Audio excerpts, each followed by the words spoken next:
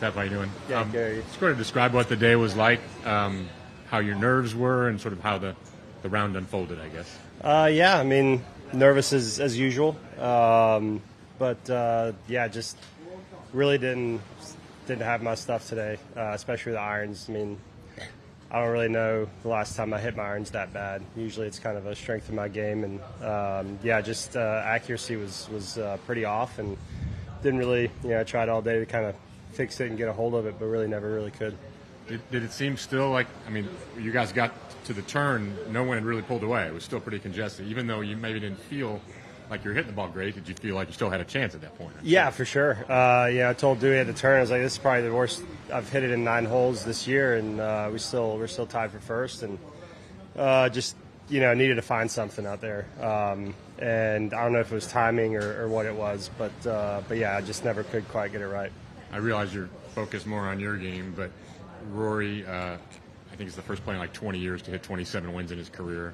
To see him up close in this kind of setting, this kind of pressure, final round, what sort of separates him from a lot of other players? Yeah, I mean, he turned it on in the back nine. That's pretty incredible. I just asked him how many that was for him. 27. That's pretty unbelievable. I think he's the most impressive player I've ever played with. He just, strikes it unbelievably well, hits it far, but also so straight for how far he hits it. And, that 14th hole kind of sums it up, just the bomb drive down there. We both hit 7 in. His was a 7 iron, mine was a 7 wood. He just towering 7 iron right in the middle of the green and made a putt. So it's really impressive. You can just say we both hit 7, leave it at that, right? Yeah, exactly, yeah.